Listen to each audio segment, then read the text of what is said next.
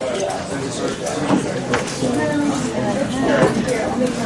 Any more homeworks? Y'all have fun with the homework? So they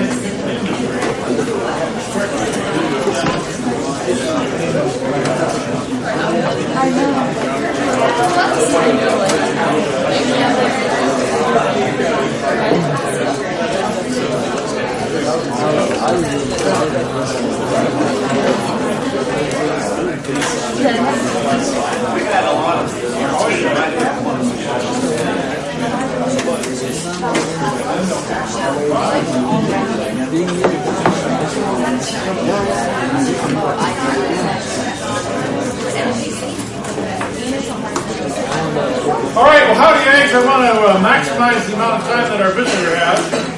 As you recall, give me that. It's your, no, that thing, I'm sorry. You are filling this out. It has to go into Garrett at the end of today. You don't bring it back next week and say, okay, this is the thing you get for being here today. Remember, we try to respect our guests. On the other hand, you want to ask questions, right? So be sure to get your questions asked because he knows that you'll have some questions along the way. It is a great honor for me to bring somebody in that is a certified strengths counselor. And I know sometimes you think we do these little cards and some of you didn't get them out yet because they don't mean anything.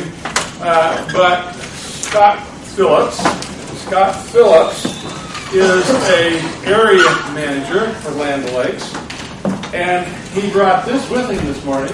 This are the 13 salespeople that he is responsible for, their strengths. And we'll talk a little bit about it when he gets to it, but I just wanted to show you. I mentioned this. He said, oh, yeah, here's how I put my people in groups. Now, just for the record, those of you who take the advanced class, 416, okay, what Cody does is she builds the groups out of students based upon your strengths and puts you into groups, okay? If you take 416, you'll find out you work in a group based upon your strengths, and it's a really cool thing that Cody puts it together. She meets with the group, does some team building with the group based upon your strengths. What else do you do? That's about it. Motivated. Tell them to get with it, okay? Our groups have been very successful with our groups. They meet outside of class. They go out to the chicken together, and as they get together so well, okay? Scott Phillips sat where you sat in 1993. Or two. I remember we haven't decided whether it's last semester or second last semester. Sat out there in the class. It is an unusual, in today's world, unusual person that he went to work for Purina all those years ago and still works for them today. Okay? Now that tells you that somebody's been incredibly successful if they stay with the same company over 26 years like that. Okay? Most people, a lot of people now move around. Okay? In fact, he'll tell you that he's hired a couple of salespeople who had 15 years experience already when you hired them, probably, to add to his team of 13 salespeople. Okay? He manages 6 plants. He's going to tell you about all these things, but I just want to kind of give you an overview. An area manager for Land O'Lakes, Purina, okay, has 6 plants spaced around Texas that he's responsible for. He does the work on the supply chain side of making sure that they source products that end up making good feeds. Great feeds. All right. Get kicked on our guest speaker before you get started. They don't talk better than that, okay? You're going to love Scott Phillips, okay? He's very open. He'll answer your questions truthfully. Now, I have to always say this. You're our first speaker, so I was going to kind of bring him along a bit. If you couldn't care a rat's rump about feed, this is not about feed. This is about sales as a career, sales that turns into sales management as a career. Scott's going to talk to you some about even what the progression is like. And if you want to be something in a firm, start in sales, okay? Now, again, even if you're not in the feed business, this tells you a lot about how industry works, okay? So, you're always selling yourself, you're right. Scott, it is fabulous to have you here for today. Thank you so much. You're welcome. You're in control now. Have at it, okay? Good. Let's welcome Scott Phillips. Thank you, Dr. Litz. As he said, I was in your chair many, many years ago. You weren't even born. And I was sitting in that chair. And we used to work with Brenda back then, Dr. Litz. What? Brenda was our lady. Yeah. So it's a pleasure for me to be back. I'm going to kick this thing off the right way. So Gigamags. We get a whooper, anything? Something? Yeah. Well, so it is my pleasure to be here. Just real quickly, my name is Scott Phillips. He's already alluded to that. I'm from Franklin, Texas. I live just up the road. I have one wife and 2 kids. Not to be turned around, 2 wives, 1 kid. I got 1 wife, 2 kids. My wife's an Aggie. I've got 2 boys. They're about the same age as what y'all are. They're in school today. And just really appreciate the opportunity to get to share some of my learnings over my career. My visit this morning with you, and that's what it's going to be, is just a visit. I hope we talk back and forth, and if you have a question, feel free to raise your hand. But I just want to share some things that I've observed, that I've learned through my experiences, through working with different companies as partners over my career. So here's where I work. We've got manufacturing plants all over the country. I work across Louisiana and Texas. I've got some Arkansas country, but it's kind of hard to fill in just a third of the state. So that's where I work. We've got 13 salespeople that manage areas within this area. We've got 3 PhD folks who support our business, and we have 5 additional salespeople who we put in a role as an entry-level role. You want to fix this? I don't know how to do it. There you go. So we have quite a large staff. Our business is largely cattle. We work in the cattle business a lot. Horse business is really big for us. The wildlife business is really big. But then our dealer business, which is going to be walk-in traffic for pets and small animals and things like that. That's what we service in this marketplace. So the question I would tee up this morning for our group, for our visit, is why sales? I think that Dr. Litz mentioned, sales to me is a gateway to get into multiple different jobs or different job opportunities with organizations. What I've seen over the years is if you start in sales and you do well, you open doors for yourself to look at other opportunities that might interest you. But here's some things I think that are key for selling. First off, your flexibility is great. You're your own boss. You get to manage your schedule. You get to do something different every day. You can go here or there. It's a very flexible job. You're not coming in, punching a clock. You're not sitting at a desk every day. I mentioned being your own boss. Every day is different. So when I get up, when I was in a selling role, I might go today and go see a large horse farm. I might wind the day up on a large commercial deer farm. I might go to a large cattle place. That could vary from a cow-calf person to a stocker. There's just multiple different opportunities to have a different day every day. Income opportunity. So I don't talk a lot about money as we talk about our job, but I will tell you that if you do well, most companies will let your ceiling be whatever you want it to be.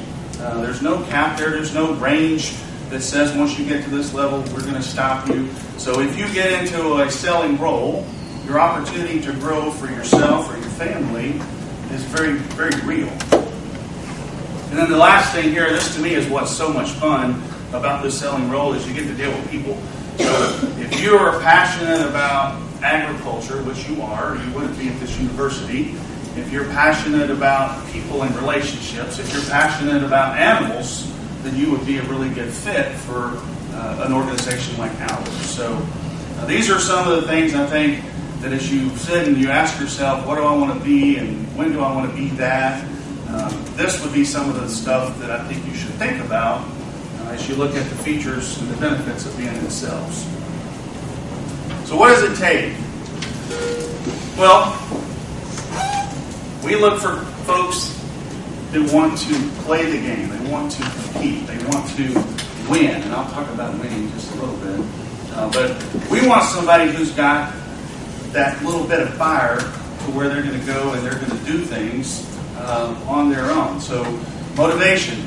You're not going to have me over your shoulder, Garrett, every day saying, where are you going to go? And I've got a large staff, but I don't ask them what they're doing. I mean, I stay connected with them, and I want to know, what the big things are that they're working on, but I don't manage their schedule day to day. So I'm looking for somebody who can set their alarm clock and get up and get after it and put the hours in, whether that be on the weekend sometimes, which we do those things, and it could be nights. But I'm looking for people that are going to be self-starters. I want people that want to win. So selling is competing, and competing, if you do it right, the winning takes care of itself, but I want people that want to win. And I think most companies that, as you look at opportunities to go to work, they want somebody that is not okay with just being okay. They want to have somebody that wants to be at the top. They want somebody who wants to be in the leader circle. They have somebody that wants to be on top from a winning perspective. And I want somebody that's going to do what it takes. So there's flexibility in your schedule, but we need to do whatever it takes the right way. But we want people that are going to be willing to burn the candle and do what it takes to make sure that they win in their marketplace.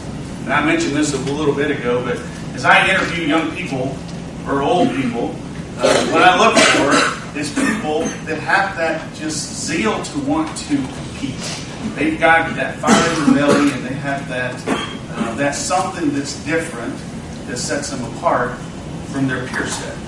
And then lastly, I look for people that can walk the walk and talk the talk. So what does that mean? For me, that means that you understand the business, you understand the industry, and that it's not just smoke and mirrors. You don't just look sharp, but you have that real-world relevant experience or the background or the education or something that will allow you to go out and do what is necessary to compete and win in your business. So sales process, that's, I guess, y'all learned about asking questions and features and benefits and handling objections and all that good stuff. The sales design that we use was the platform is counselor selling. We won't get into what that is today, but we've modified it to a program we call Herd 360, and that's very similar to counselor selling, but it's more relevant to our business, uses our vernacular, our language, and it's more understandable for the team that we sales train. So what that stands for is hear, explore, recommend, and demonstrate. And so it's very similar to the platforms that you see in counselor selling. So ultimately, it's a consultative approach. Both of these platforms use that, and then the goal would be to identify wants and needs, and then ultimately solve problems. That's what we're in the business for. We're not in the business to sell or make a quota necessarily. We're in the business to understand our customers and what they need and what they want, and then ultimately find an issue that we can help them with and then solve the problem. So that's ultimately what we're in it for. So I'm going to share for a few minutes some learnings that I've had over my career, and these are random thoughts about watching the football game the other night. Did y'all watch that game, the Monday night game? The Saints, the Texans. Yeah? Who was the winner? Saints. Okay. Y'all were watching. That was like the greatest football game that I think I've ever seen from a pro football team. Did you watch it? No. It was amazing. It was back and forth, and it was great. And it just shows you, Drew Brees would be the kind of salesperson I would want to hire. He hates to lose. He's going to do what it takes. He's got leadership ability beyond anything. That's the kind of guy I want on my team. But here's some learnings over a 26-year plus career in sales. Rejection is part of it. Who likes to be told no? Who doesn't like to be told no? Well, get used to it. If you're going to go into sales, get used to it. Who knows the story behind Babe Ruth? In regards to what? Home runs. Deeper? Did he hit a bunch? Yeah. Okay. He also struck out a bunch. He struck out a whole lot. Selling is kind of like that. You're going to hit some big licks, you're going to have some big wins, but you're going to get told no a lot. Now, I'm going to handle the issue of no in a little bit, but just being told no is part of it. So you got to have some thick skin. You got to have the ability to figure out, okay, what do I need to do differently? What have I not informed them of? What have I not uncovered as a need that I need to try to pinpoint? But learning to accept no is just part of it. I've learned over the years that showing up is half of it. What does that mean? Here's a 5-point extra credit. What is showing up is half of it mean? Go ahead. Instead of just like say making a phone call to one of your person you're going to sell to, showing up and being in person just sets that precedent that your company is like willing to do what it takes for their needs and what they want. Right, good. Many of our customers out there don't have anybody come knock on their door. And so we take for granted that they're just going to come to our business or they're going to come buy our brand. But showing up being half of it just simply means to me that if we just show up to show interest in a person, and we're out there with a sincere heart to want to help, that gets us a long way down the road in selling something. So that's a learning. What do you think about this? I don't know if y'all have studied sales win percentage or how often you have to call on somebody to get them to buy. But I will tell you that most salespeople, because they don't like to be told no, they quit calling on somebody if they said no after 3 times.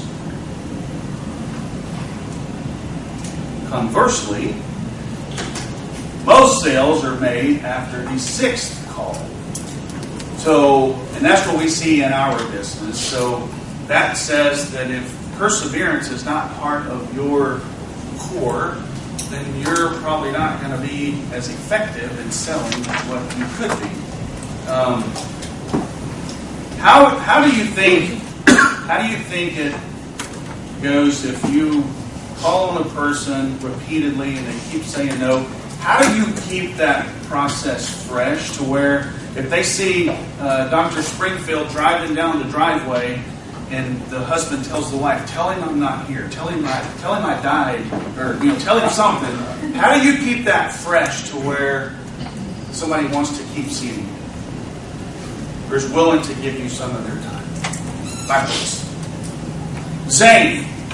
You have something that needs to be an asset more than a salesperson. Okay. Very good. My answer, very similar, would be every time you go see somebody in selling, even if you're not going to make the sale, add value to what they do. So bring them information, bring them something, share something with them, provide a contact for them that will help them in their business. So add value every time you go to see your prospect, and that is a way that you can keep that selling process fresh. You can keep people wanting to see you when they see you come driving up their driveway. What do y'all think about the animation in my slide deck? That's pretty cool. That's awesome. I didn't do that. I don't know how to do that. But April did it for me. So here's some more learnings. Y'all talk about trust. You learned about the importance of trust in the selling process or relationships. I'll tell you, in our business, it's foundational to being good in sales. And people know whether or not you are real. They know whether or not you're after their best interests. But I would tell you that if you can't establish trust, then you're not going to be very effective in sales. So this is very important. What does this mean? Propriety.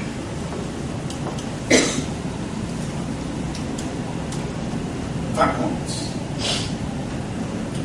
This is looking the part. So, for example, if I'm going to go see a horse farm whose discipline is Western in nature, I'm probably not going to wear those really tight pants and a funny hat. Okay? So it's looking the part. It's meaning that if I'm going to go see a guy who's working cattle out in his working pens, I'm not going to have on a suit. Okay? It means if I'm going to a business meeting, I'm not going to wear blue jeans. So it's important that you look the part, and that you dress appropriately, that you act appropriately, that you speak appropriately.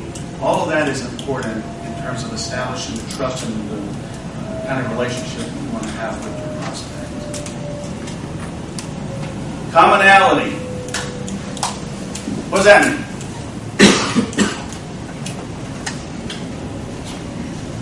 You go. Finding ways you're similar to your clients or things that you can use to relate to them. Exactly. And so how would that be beneficial if you're trying to build a relationship with somebody?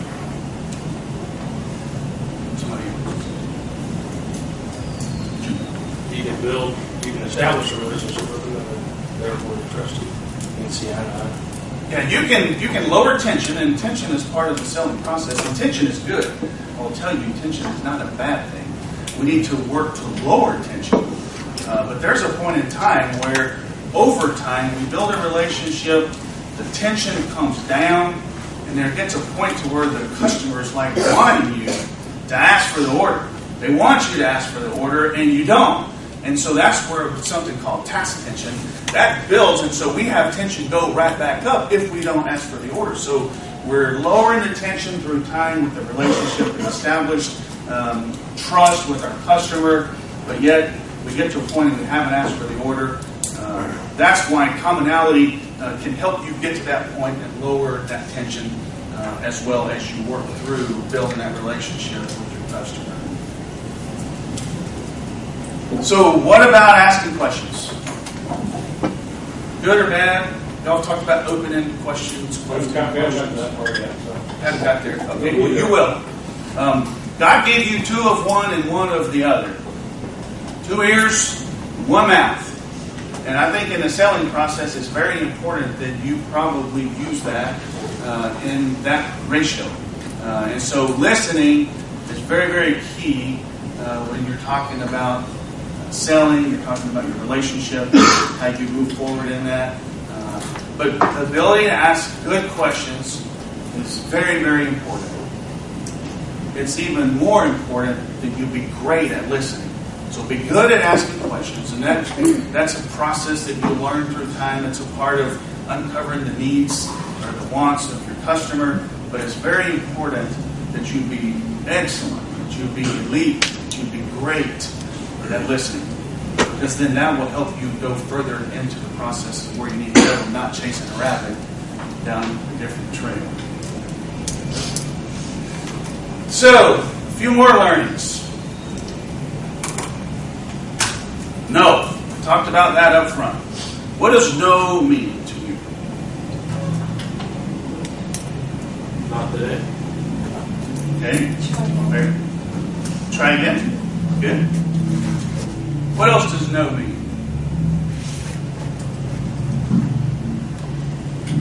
I think no means a bunch of things. It means I don't trust you. Possibly. Not necessarily, but possibly. So we haven't established enough of a relationship where they understand what our motive is for trying to help them. No could mean not yet. Somebody said that. I think that was you. So it means that maybe I'm working my way to saying yes, but I'm not ready to say yes just yet. A lot of times in sales, no means you haven't given me enough information. So as you understand and begin to learn the selling process, asking the right questions, making the recommendations that are appropriate for the need that you've uncovered is paramount. But no does not mean no. No, I don't accept no ever. My team says that they can't do something because we're told no. I say, well, we got to figure out a different angle. There's always a way that we can get into a situation and help our business. But we have to understand what the process is. We have to understand how we can ask better questions, more questions to uncover those needs that the customer has. Every customer has needs. Every customer has wants. And if they say no, then maybe we haven't asked the right questions. Go ahead. Is there one general question you can ask all your first-time customers when you're trying to get one that they most of them have problems with or something like that? Well, that's a very wide question. I would tell you that your goal initially is to establish a relationship.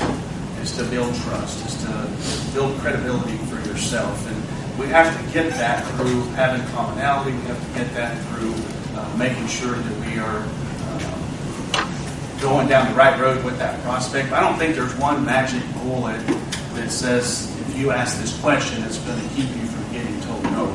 I already told everybody you're going to get told no a lot. But that's just another reason for you to go back to the drawing board and figure out what are some better questions that I can ask, what are some different questions, what are some things that I haven't even addressed that might uncover that hot button that customer has. I've learned over the years that winners win. And that goes back to the competitive nature, to the fire in the belly, the people that we look for. We look for people who want to win. And I've seen over the years that people that are winners, they're going to do what it takes to win. And they typically do win. I think it's important to have fun. Is this class fun? It doesn't look like it. No, it's kind of fun. Whatever you do, if it's in sales or if it's in another field, have fun. You know, I've told my two boys, and they don't know, that you need to find out what you want to do. Find out what you want to do. Find out what interests you. Don't worry about money. Don't worry about prestige of this field or this company. Find out what you want to do. Then find somebody who does that. It is a good fit for you. And then get them to pay you to do it. That's what it's all about. It's learning what you want, finding what you want to do, finding somebody that's a good fit with that, and then get that dummy to pay you. So the people that are on our team, they want to be involved with people. They want to be involved in agriculture. And I am in charge of paying them to do that. So it's the best of the best, right? Doing what you want to do and then getting paid to do it. I can't think of anything better, Montgomery. That's the best thing. Question? Going back to asking questions to your clients, do you have like a group of clients that you've consistently sold to over the years that give you an insight on like what the main problems are that year so that you can base what you're asking your new customers on that? Absolutely. Yeah, that's a great point for sure. So we go to these long-standing customers we have good relationships with, and we ask them to either help us identify additional prospects that they may know or issues, to your point, that we might need to be aware of if we're not aware of them, that we can provide insight or counsel to other prospects. I will tell you, what you just referenced, we use a lot through a testimonial or proof. You know, we use people who are, we call them bell cows, or we call them whatever you want to call them, but people who are leaders in what they do and where they are in their community or with their business, whether it be horse, cattle, deer, whatever. If we've got a good relationship with them and they've had the kind of results that we expect, we use that and leverage that to help us in other areas. But that's a great question and a comment. We definitely need to lean on the business relationships we have to help us understand issues that are going on in the business, whether they be health related or market related or environment related or what have you. Build your brand. I think this is the last of my learnings. What does build your brand mean? I have a question too. Oh, I thought you were answering. I can answer that too, but What's your question? when the no means whatever, would like taking the customer out to lunch or bringing them to the plant, would that help make that sale, or would that be kind of dependent on the customer? So, I'm not a big fan of let me go spend a bunch of money on you and try to get you to buy from me. That's a part of it. We do that. Entertainment is a big piece, but it's not the most important piece. The latter half of your question about taking them to the plant, that to me is much more meaningful because we're looking at sharing what we do that's different, what we do that might appeal to them.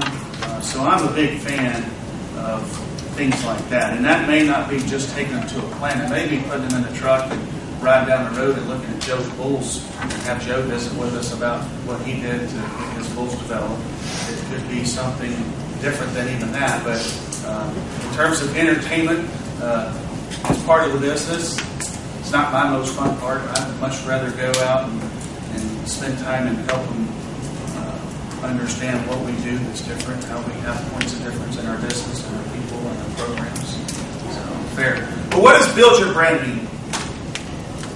Is it a blocked TAM on your shirt? Build that? And I'm talking about you individually, personally. Take sales out of the picture. I think this is relevant no matter what. Establishing ourselves, Okay? what we're about, personally. Right? That's exactly right. Any other comment? So, go ahead. That's your reputation. Yeah, that's it. So, it's about establishing yourself as a person of integrity, a person that's got credibility. You're going to do what you say you're going to do. You're going to do it when you said you're going to do it. It's about doing the right thing all the time, even when nobody would know if you didn't do the right thing. It's about making yourself focused on, I'm going to be the best person I can be, regardless of what's going on in my business or my industry. But building your brand is important because at the end of the day, that's as important as the brand that you represent. My personal brand, to me, I take as much pride and work in trying to build as I do this brand. And this one is the most widely recognized brand in agriculture, maybe John Deere, but it's a pretty big brand. But I worry about building my own brand as well. And I would encourage you, as you look at the opportunities that are in front of you, that you focus on building your brand. And it's all those things. It's your reputation, it's your social media, it's your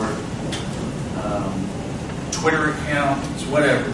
It's your Instagram stuff that nobody ever sees, that everybody can't see, whatever. But building your brand is important. I told Dr. Litz I was going to mention just a little bit on social style. This is where we focus a lot. I focus a lot on this when I'm hiring people, but then we use this as a tool to help us sell. And I'll tell you why in just a second. But y'all all seen this before? Yeah, but we're going to see it. You'll see it? Yeah.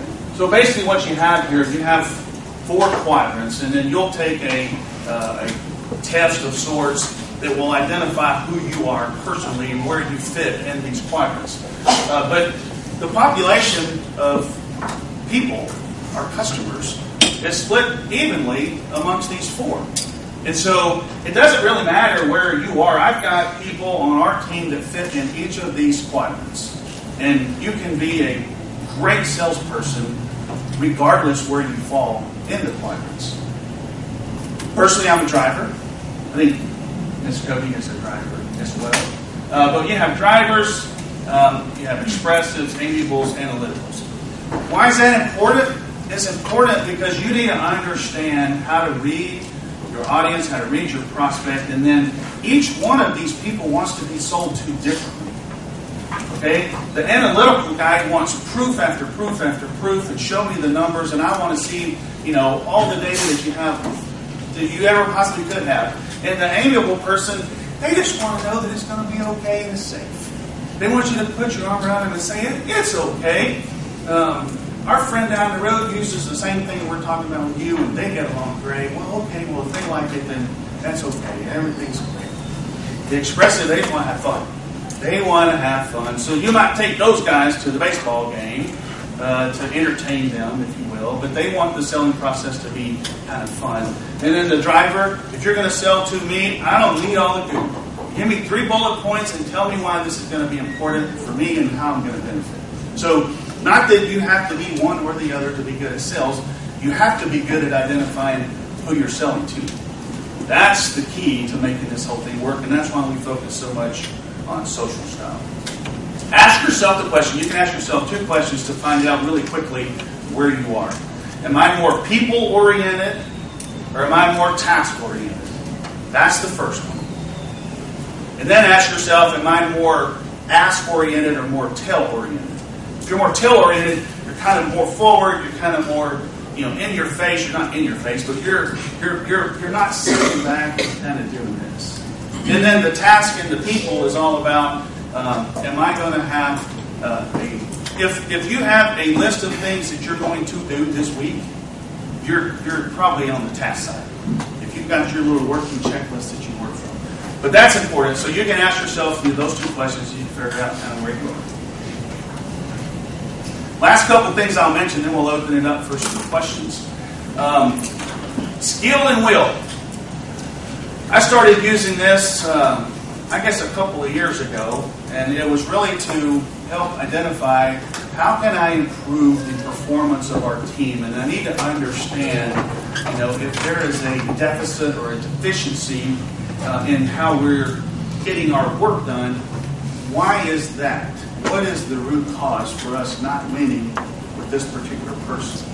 So here's some things, and basically y'all can read this. You have high will and low will. So that's like, do you have that want to get up and go kind of a deal? And then you have high skill and low skill. Okay? We all together there? Don't be here. Okay? If you're going to be in sales, don't have no motivation and don't have no skill. If you don't have skill and you don't have a motivation or get up and go, then you're in the wrong business. You're probably in the wrong business for a lot of businesses, but in sales, you definitely have to have, you need to be in one of those other three. So that's the first one.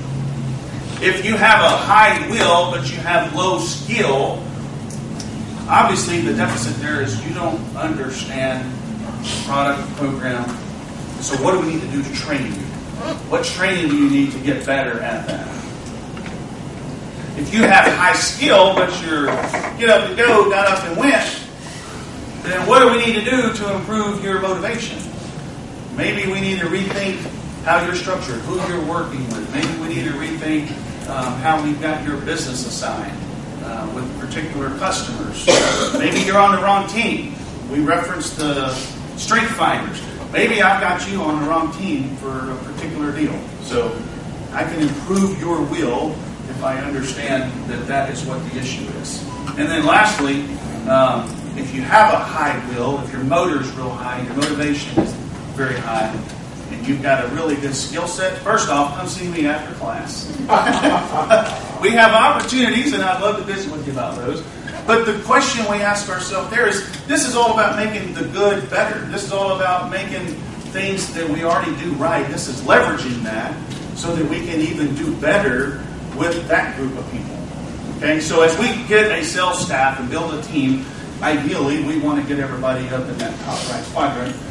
It's not always the case. There's things that happen. Life happens. And so we find ourselves in one of these other quadrants from time to time. So I wanted to just share this with you because the skill-will analysis to me is kind of a unique way that I can identify what a problem is if the performance is not where I want to be.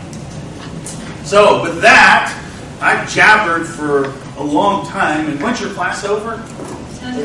So we have 12 minutes left for questions, which means a lot of extra points. You go first, ma'am. Ladies first. During an interview, what makes a potential employee stand out more to you? I'm sorry? During an interview, what makes a potential employee stand out most to you? Okay, so if you're interviewing, a couple of real quick things right fast. Eye contact. I want to make sure that you're there with me. Don't have your phone out. I've had that happen. Somebody got a text message in an interview, and really? So, what stands out though is somebody who's confident, somebody who can share with me things that they can bring to my team, how they can add value to me. So, it's just be who you are. But the things that do stand out are those things right quick to me, just up front. Looking the part. I've interviewed people where I had a PhD opening, and I had somebody that we vetted things out very thoroughly, and we screened and filtered, and we got down, we assessed, and we got down to where we wanted. And I had one that showed up, and I was like, he's not going to quite look just right if he's going to look like that every time we're going to be out with the customer. So those are things that stand out to me. Scott, let me just drive you real quick.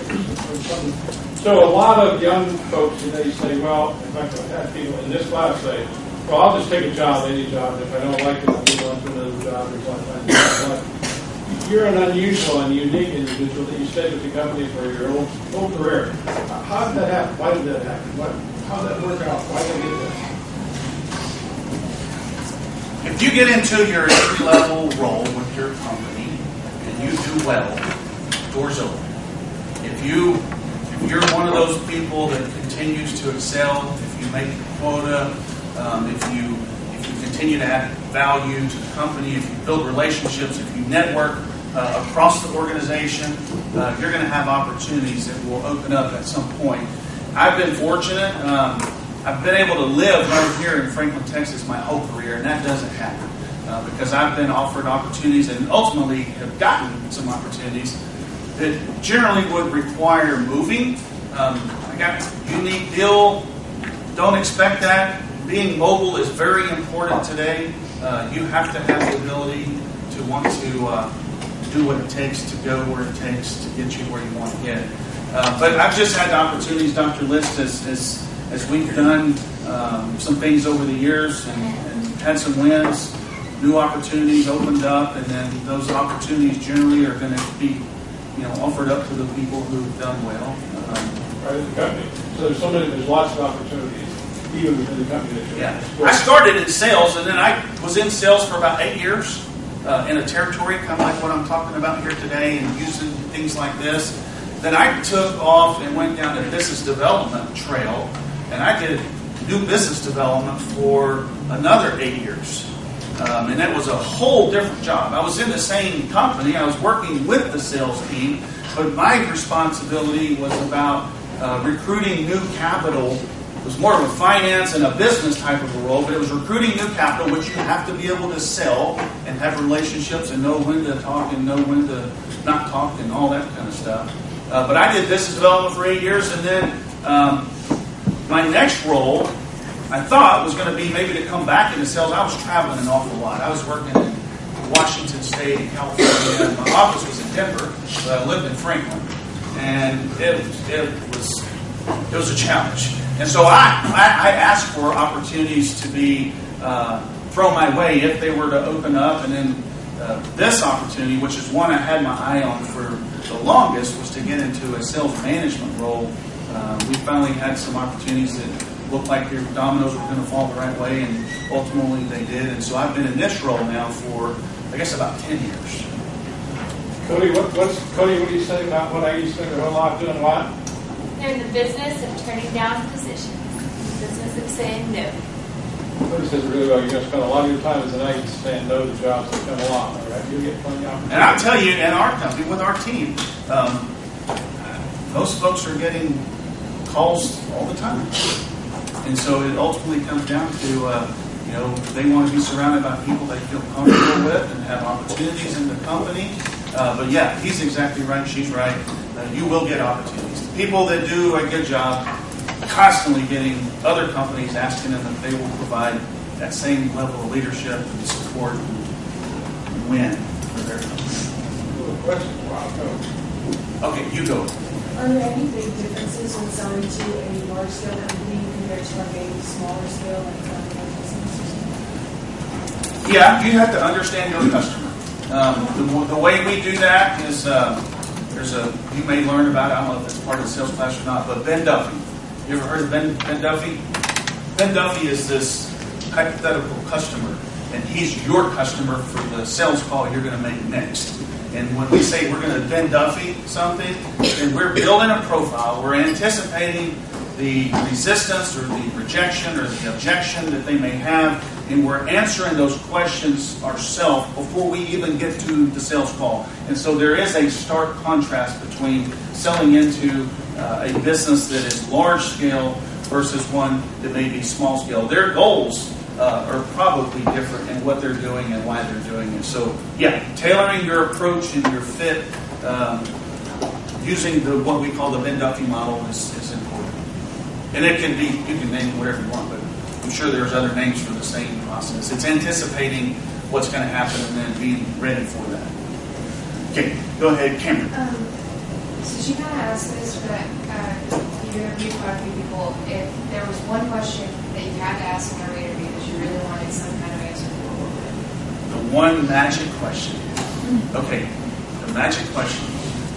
Survey says, why do you want this job? Not why do you want a job.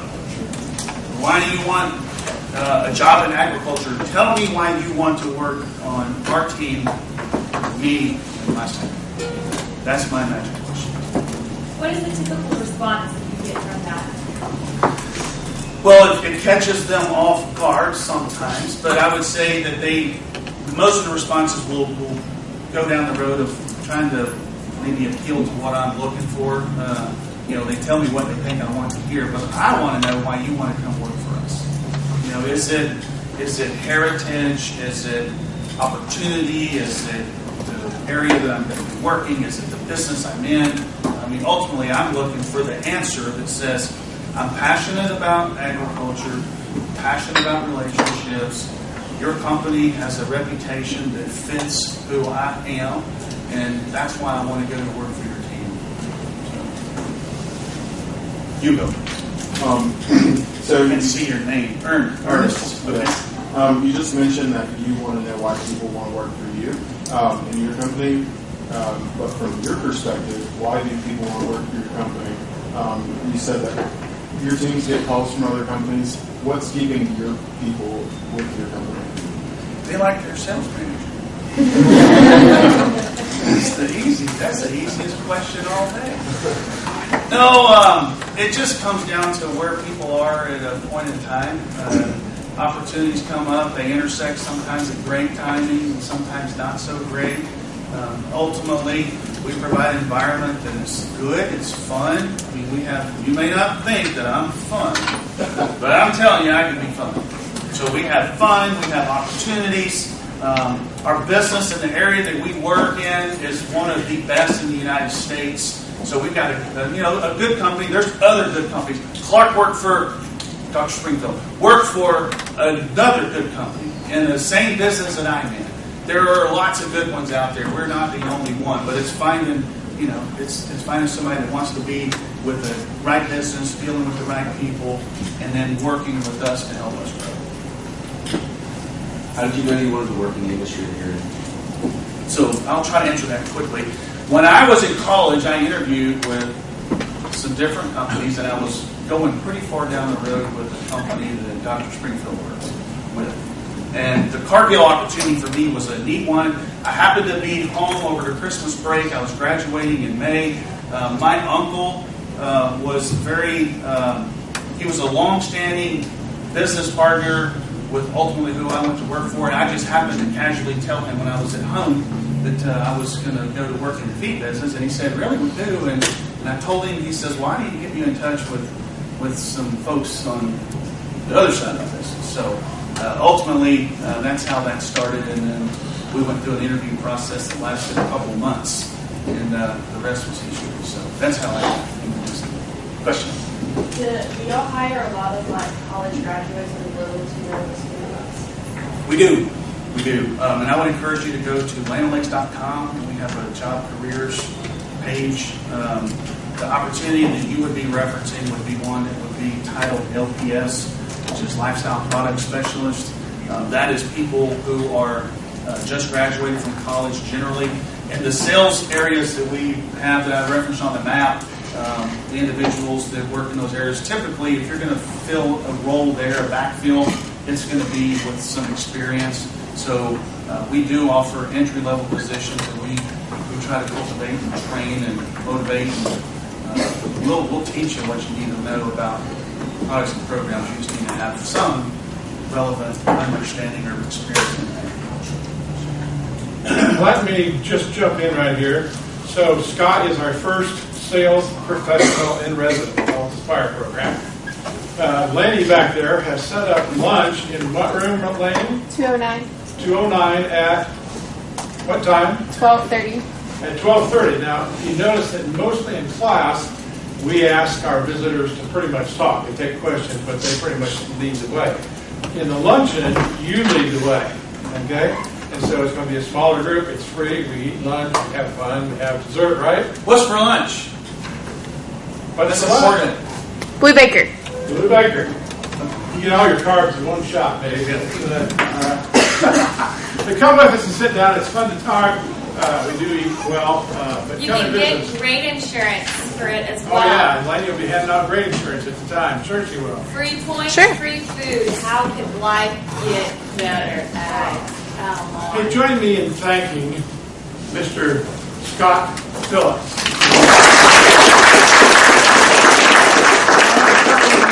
Questions, if you come up here real quick, you can do it between classes, he'll be still answering questions, so run up and grab them, okay? Be sure you turn in your sheet.